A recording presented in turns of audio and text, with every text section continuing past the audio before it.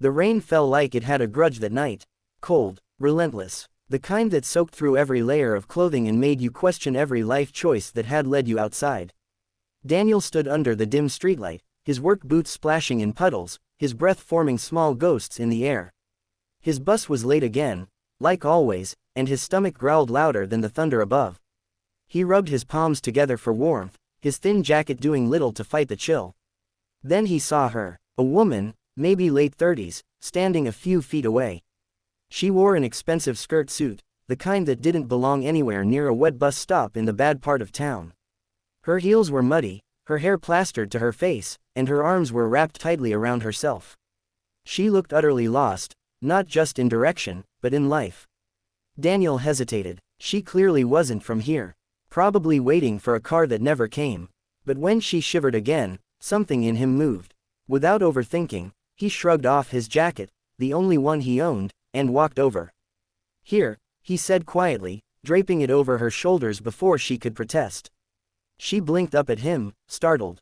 Her lips parted as if to refuse, but when another gust of cold air hit, she just nodded. "Thank you," she murmured, her voice trembling more from emotion than the cold. Daniel smiled faintly. "No problem, I've got plenty of experience with bad weather." They stood there in silence, rain whispering around them.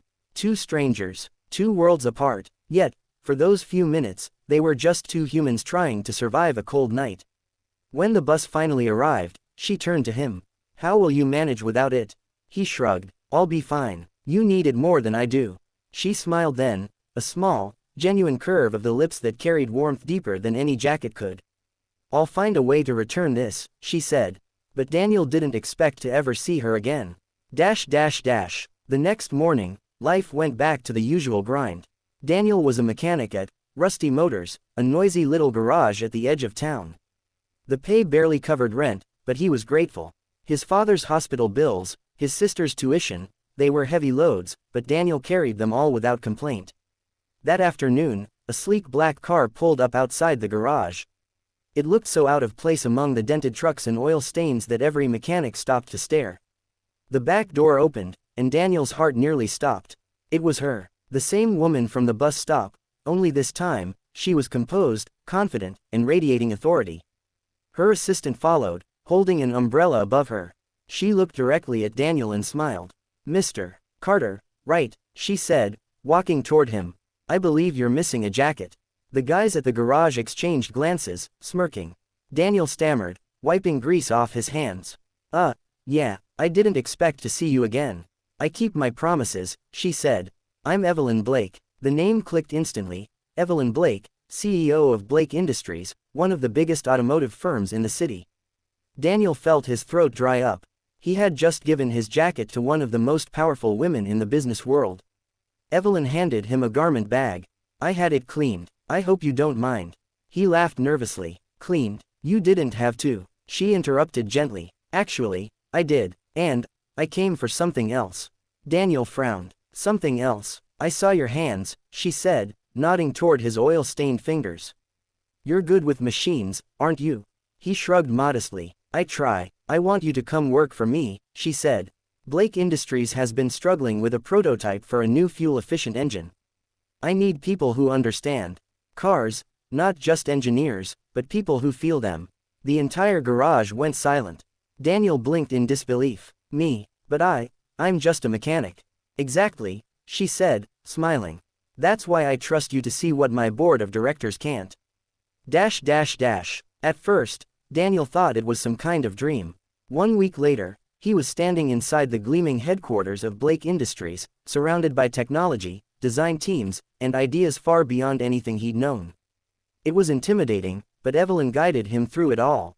She didn't treat him like an underdog, she treated him like an equal. Days turned into weeks. Daniel worked harder than ever before.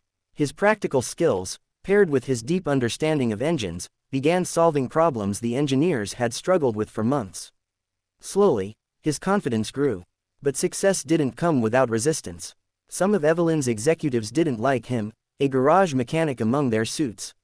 They whispered behind his back, mocked his background, and doubted his ideas.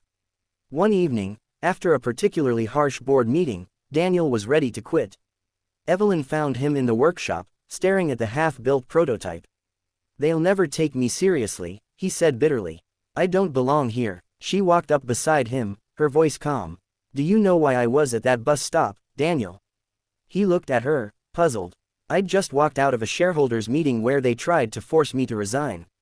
They said I'd lost touch with reality, that I didn't understand the people my company serves. I left that night questioning everything, until you offered me your jacket." She paused, her eyes soft. "You reminded me that leadership isn't about power.